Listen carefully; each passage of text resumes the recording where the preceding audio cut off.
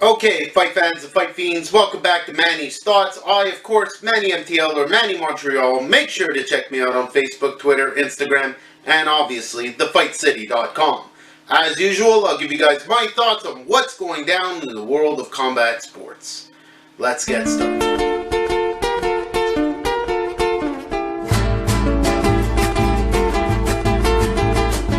Okay, so this week, congratulations go out to Michael Conlan. Congratulations on a terrific pro debut. You even had Conor McGregor come out with you, and he stayed humbled and didn't steal your shine. It's great stuff. Fantastic debut. Congratulations again, Michael Conlan. Congratulations also Triple G. Another fantastic fight on his part.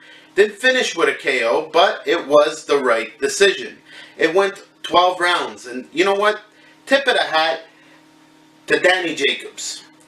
Terrific fight on his part, as good as you could have wanted him to do, but, you know, I gotta bring this up. If you look at the scorecards, I don't understand the judging. I went through it, I watched it a bunch of times. The main areas of dispute are the first, second, third, 7th, and 12th round, where the judges don't see eye to eye.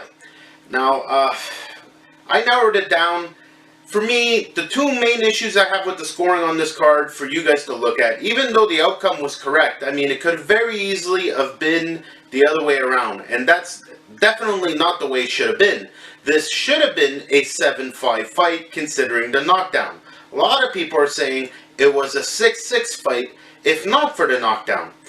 And I have trouble understanding that, but when you see the scorecards, you clearly see that, you know, there's obviously a problem. And, you know, the fans aren't just the problem. The fans don't understand it, neither do the judges. Because if you look at the scorecards, at least if there was some sort of sense of direction where, you know, at least 2 out of 3 of the judges were, you know, the majority of the time seeing the same thing, but they're not. Now, that leads me to Roman Gonzalez. Chocolatito. They robbed you. There's no other word for it. A lot of people are saying, oh no, it was a tougher fight than you think. And yes, it was a tough fight. His coach died. The guy had a frickin' artery cut open from a headbutt. If his corner had any brains, they would have called the doctor over there. Adrenaline no do nothing. Adrenaline no do nothing. Artery. And that would have been the end of it. We would have had a rematch at some point, and we would have definitely have seen a better Chocolatito.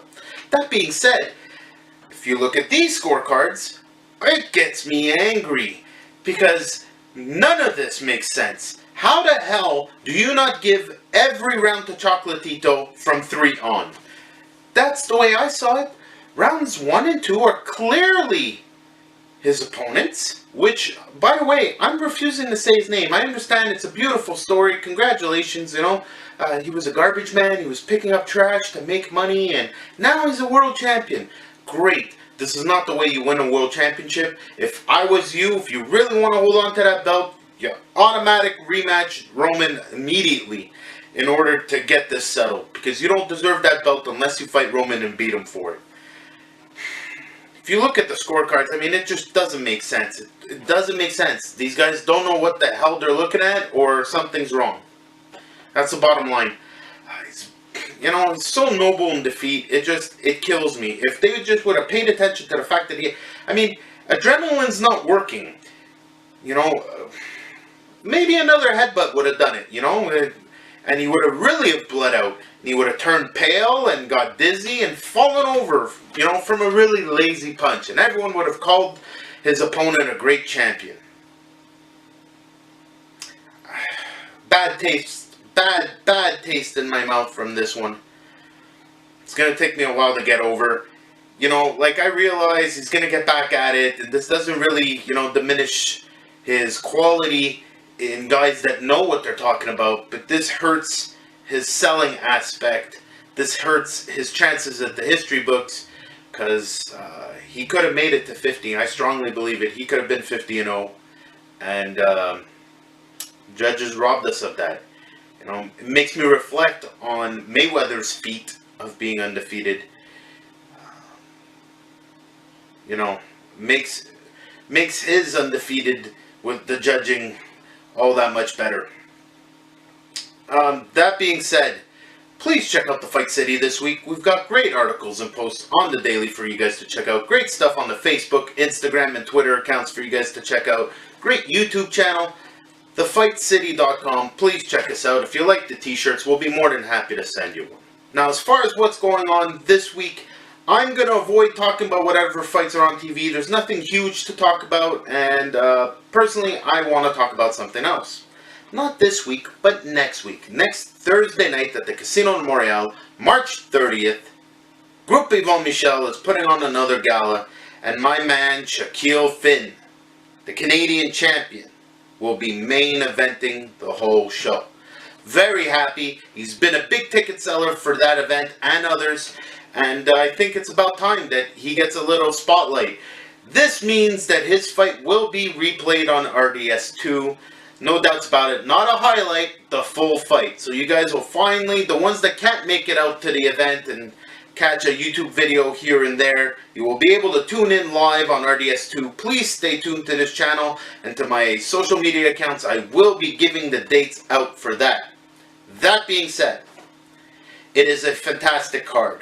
The Jamaican Juggernaut, the Stretcher Getter, the Buzzer Beater, the Wrecking Machine, Shakeel Phinn, main eventing against a tough opponent who's 12-1.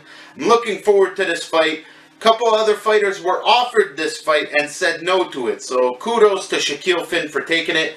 Also, the return of Jojo Dan, I am looking forward to that. He stepped up in weight, which personally I wasn't crazy about.